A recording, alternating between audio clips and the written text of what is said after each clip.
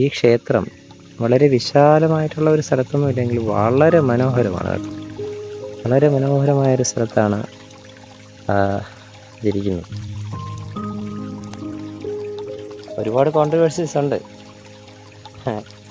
നമ്മുടെ ഹിസ്റ്റോറിയന്മാർ, ശാസ്ത്രജ്ഞന്മാർ എക്സ്കവേറ്റ് ചെയ്ത് കണ്ടുപിടിച്ചവർ പറയുന്നതെന്ന് പറഞ്ഞാൽ അവരുടെ അഭിപ്രായമാണ് പറയുന്നത്.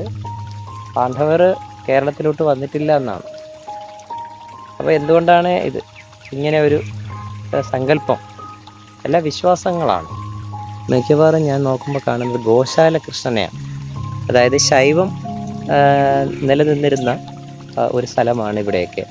തിരുവല്ല, ചെങ്ങന്നൂർ ഈ ഭാഗത്തൊക്കെ ശൈവം ഭയങ്കരമായിട്ട് അത് നല്ല രീതിയിലുണ്ടായിരുന്നു. അപ്പോൾ അവിടേക്ക് അമ്പലപ്പുഴ ഭാഗത്തു നിന്നുള്ള വൈഷ്ണവർ, അമ്പലപ്പുഴ ഭാഗത്താണ് അമ്പലപ്പുഴ രാജാക്കന്മാർ വൈഷ്ണവരെ കൊണ്ടുവരുന്നത്. അപ്പോൾ വൈഷ്ണവരുടെ ഒരു വരവാണ് ഈ കാണിക്കുന്നത്. അപ്പോൾ പല്ലവരുടെ ഒരു ശൈലിയും, അപ്പോൾ നമ്മുടെ കേരളത്തിൻ്റെ തനതായ ശൈലി ഇതിലുണ്ട്. പക്ഷേ ഇതിൽ കൂടുതലും നമ്മൾ ഇത് ഗോശാല കൃഷ്ണനെ പ്രതിഷ്ഠിക്കുന്നത് മിക്കവാറും കർണാടകയിലുള്ള വൈഷ്ണവരായിട്ടുള്ള ബ്രാഹ്മണന്മാരാണ്. നമ്മൾ പലപ്പോഴും കണ്ട പത്മനാഭസ്വാമി ക്ഷേത്രത്തിൻ്റെ അടുത്തുമുണ്ട് ഗോശാല കൃഷ്ണനെ പ്രതിഷ്ഠിക്കുന്നത് മിക്കവാറും വൈഷ്ണവരായിട്ടുള്ള ആൾക്കാരാണ്. അപ്പോൾ അവരുടെ ഒരു നമ്മൾ കർണാടകത്തിൽ നോക്കിയാൽ ഇത് കാണാം. കർണാടക ബ്രാഹ്മിൻസാണ്, ആ ഭാഗത്തുള്ള ബ്രാഹ്മിൻസാണ് പിന്നീട് ഇങ്ങോട്ട് രാജാക്കന്മാർ കൊണ്ടുവരുന്നത്.